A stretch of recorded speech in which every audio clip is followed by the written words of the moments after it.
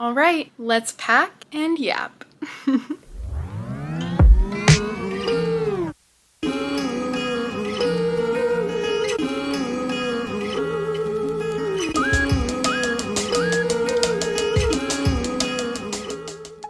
As I pack my suitcase, allow me to set the tone. This trip to Philly, it's gonna feel like the good old days. Fun with friends and cozy moments with the people I love. That's the energy I'm manifesting. So the first thing I'm bringing to Philly with me is this rain jacket.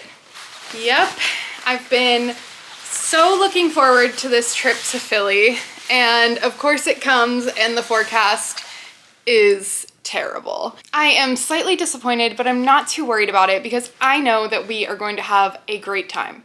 It does not matter what the weather is like. Of course, I would love for it to be sunny and warm and, you know, just that weather that facilitates the best vibes, in my opinion. I would love that. Love that for us, for me, and for all my friends in Philly. But that's just not the way the cookie crumbled, I guess. I mean, we'll see. The forecast in Pennsylvania is never that reliable. It's never that reliable. We'll see. Maybe we'll get lucky and the weather will be less rainy than is predicted, but as of right now, there's lots of rain in the forecast.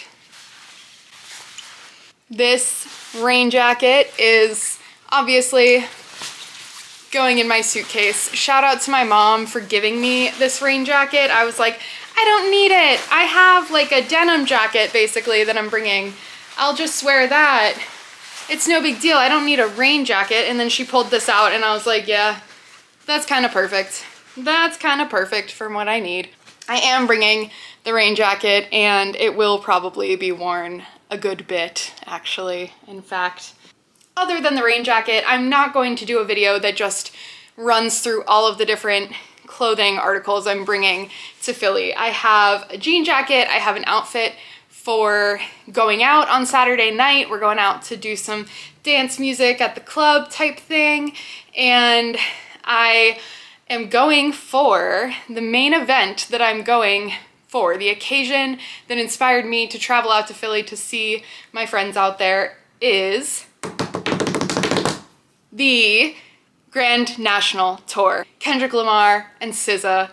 I am a huge fan of both of them. I love Kendrick. I love SZA. I love Kendrick. I have loved Kendrick for a long time. I think he's an incredible, true artist.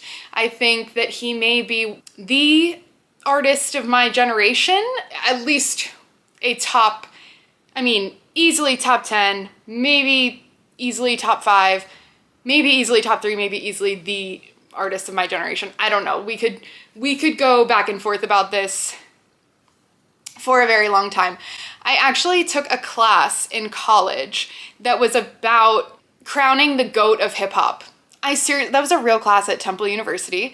I went to Temple University. That's why I have friends in Philly, good friends out in Philly from my college days. But yes, I did take a class in college that was called Hip Hop, Race, Gender, and Class. And the entire semester was about making a top 10 GOAT list of GOAT rappers. That was a real class I took, and it was one of the most memorable, one of the most impactful. Shout out to Professor Michael Cord. He's the GOAT. Back to packing.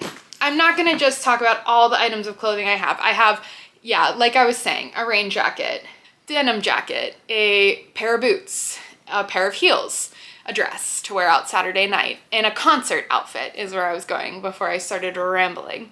I'm not gonna run through, again, everything I packed. Like, I'm not gonna tell you about every piece of makeup and toiletry that I put in my cosmetics case. I'm not going to tell you about, we're packed to the brim, so this is difficult to take stuff out, but I'm not going to tell you about every skincare product that I brought with me, which is honestly a lot because I have a feeling with the weather we're gonna be just chilling at the house a lot, and like it might call for a skincare moment. I also just really like to have my skincare done when I go out, like when we go out to dance on Saturday night and when we go out to the concert on Monday night. So but I'm not gonna go through every single skincare product I brought. I'm not going to talk about my tote bag I'm bringing. I'm not going to talk about my books and notebook but anyway, I'm rambling about all the things I'm bringing as I'm telling you that I'm not going to tell you about all the different things I'm bringing.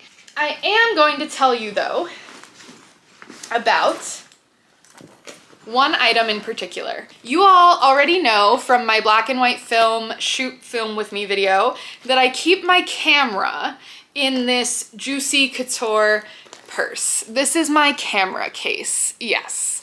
It's the only bag I had that fit my camera, and I didn't want to buy another camera case. So this is my Juicy bag where I put my film camera.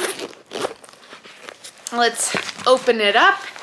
And my film camera is right here. You've seen it.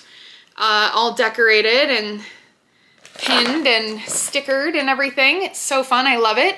Right now, the film camera is unloaded. You see there's nothing loaded in it. There's no film, and there's no film wound into the camera. So this film camera is totally a-okay just to go straight through TSA x-ray machines. Like, there's no film in it, so the camera can go through the x-ray machine.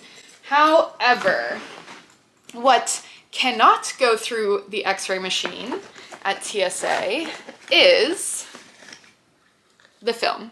I have it still in its box. I have Ilford HP5 plus 400 black and white film, and it will ruin the film if I allow TSA to send it through the x-ray machines. Even if I keep it on my body and go through the human x-ray machine, it will ruin the film. I think that this is more of a concern for higher ISO films. This is an ISO 400.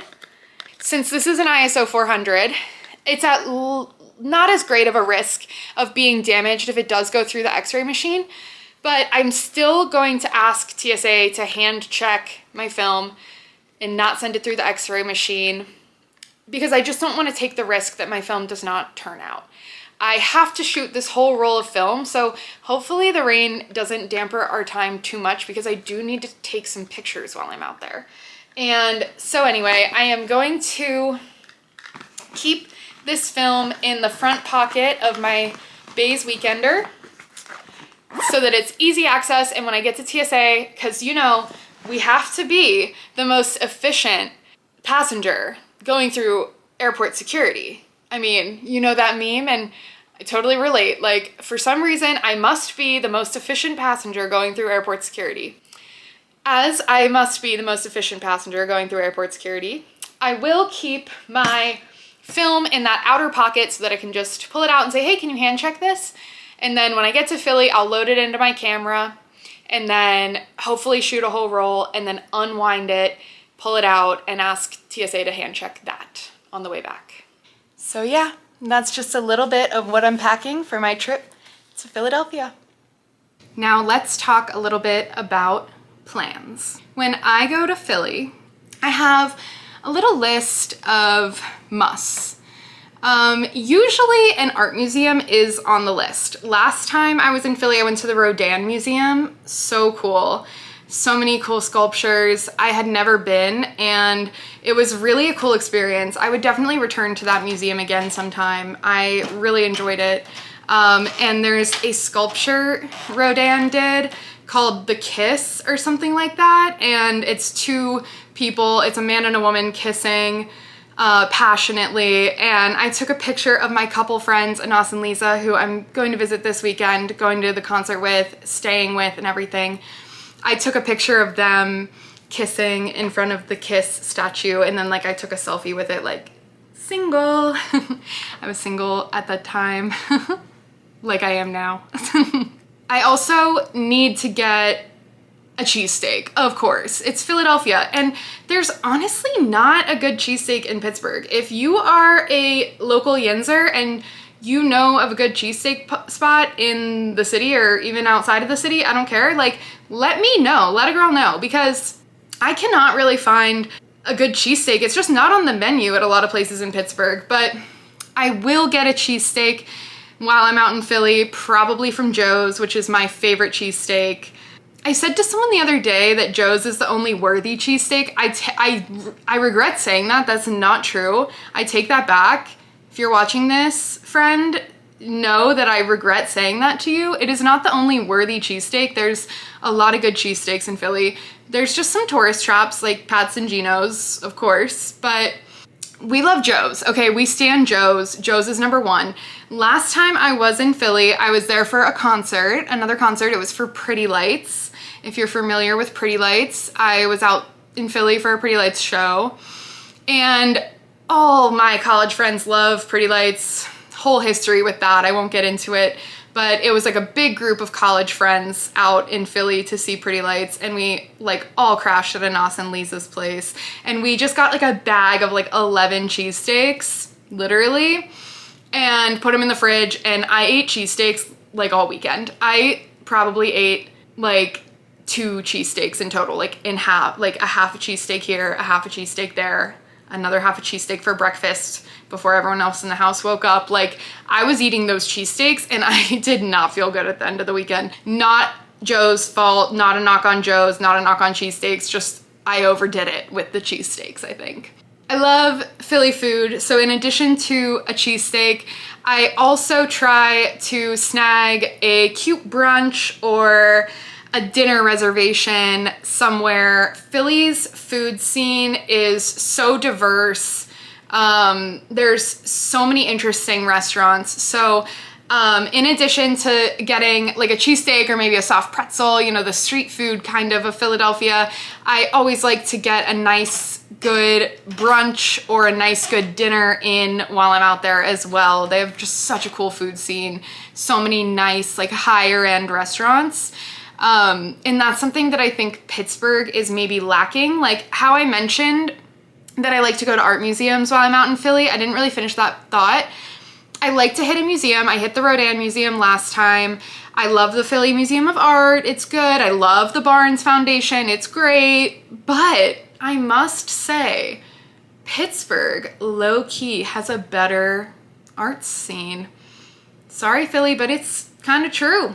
Anyway, where Philly has Pittsburgh totally beat, well, there are several ways Philly has Pittsburgh totally beat, I must admit. Philly is East Coast, you know? Philly has the culture, the music, like just vibrant scenes. And one place where Philly really shines and outshines Pittsburgh is in the restaurant scene. Yep, that's for sure. Yeah, also while I'm out in Philly, I love to hit the record stores, the bookshops, the vintage boutiques. I like to find antique gems. They have like a great collection of stuff, just like a well-curated mess out in Philly. So I love that about Philly. If you are planning your own trip to Philly anytime soon, check out my full guide to shopping, dining, and drinking local in Philadelphia. It's on my website, bellinicarly.org. I highly recommend bookmarking it. It has been a few years since I lived in Philadelphia, so it's definitely not the most up to speed list on where everyone hangs out now, but I compiled a list of the places and the stuff that I remember loving while I was out there. So yeah, check that out, bellinicarly.org. So the vibe for this trip is probably going to be, well, the soundtrack will probably be like house or techno music. My friends out in Philly are way into electronic music and jam bands, but they really like dance music. And they are more into that than I will ever be, but when I'm out there, I do like to play along. So the soundtrack will definitely be house, techno music, and the book pairing for my trip is Play It As It Lays by Joan Didion.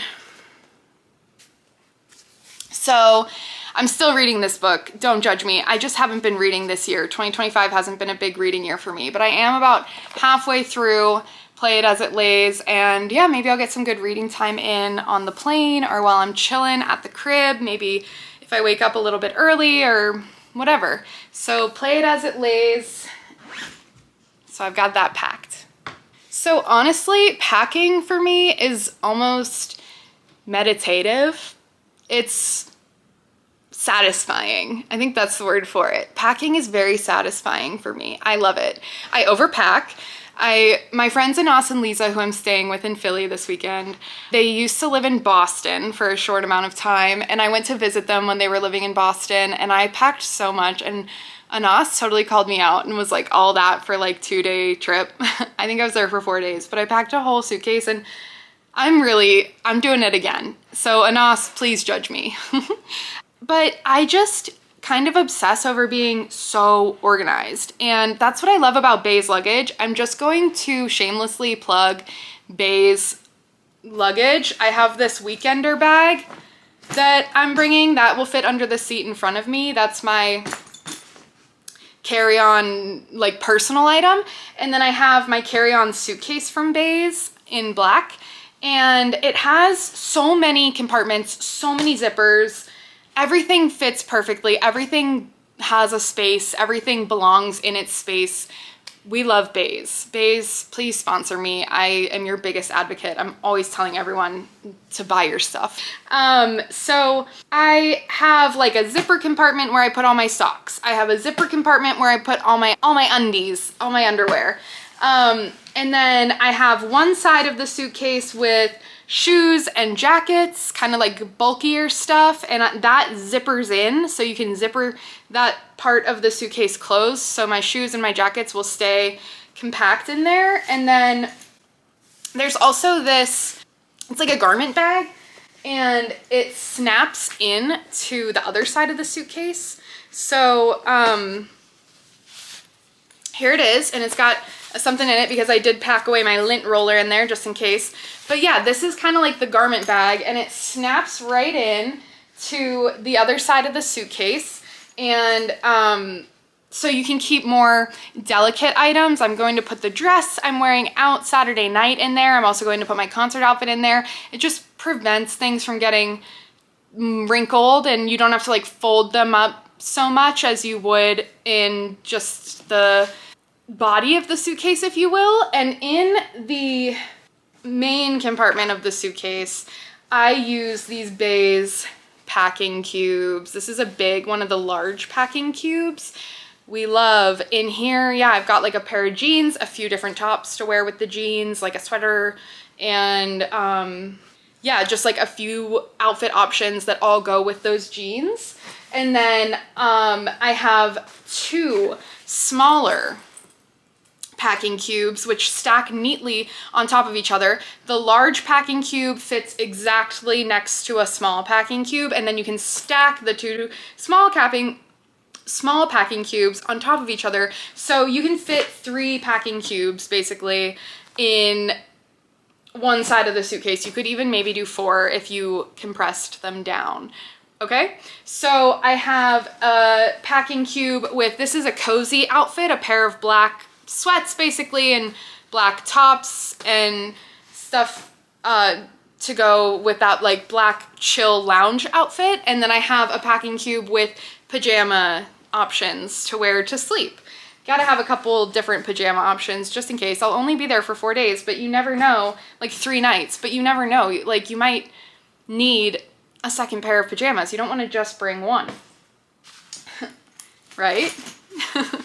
I mean, yes, I have packed my suitcase and my weekender like I'm going on an international trip for 2 weeks. Seriously, people could pack lighter for an international trip of 2 weeks than I did for this 4-day trip to Philly, but I just gotta have options. We have different plans going on, and I just wanna be prepared for all the different weather possibilities. You know, I just like to be prepared. So anything could happen, and you've got to be ready for it. So you got to pack smart, pack wisely. Also, my shoes, it's always the shoes, and it's all about the shoes, so you got to have shoe options too, and that takes up a lot of space. Well, thank you so much for packing with me for a brief little getaway to Philadelphia. Next vlog is you, me, and the streets of Philly. Let's romanticize SEPTA together. I can't wait. I'll see you back here next time. Until then, peace and love.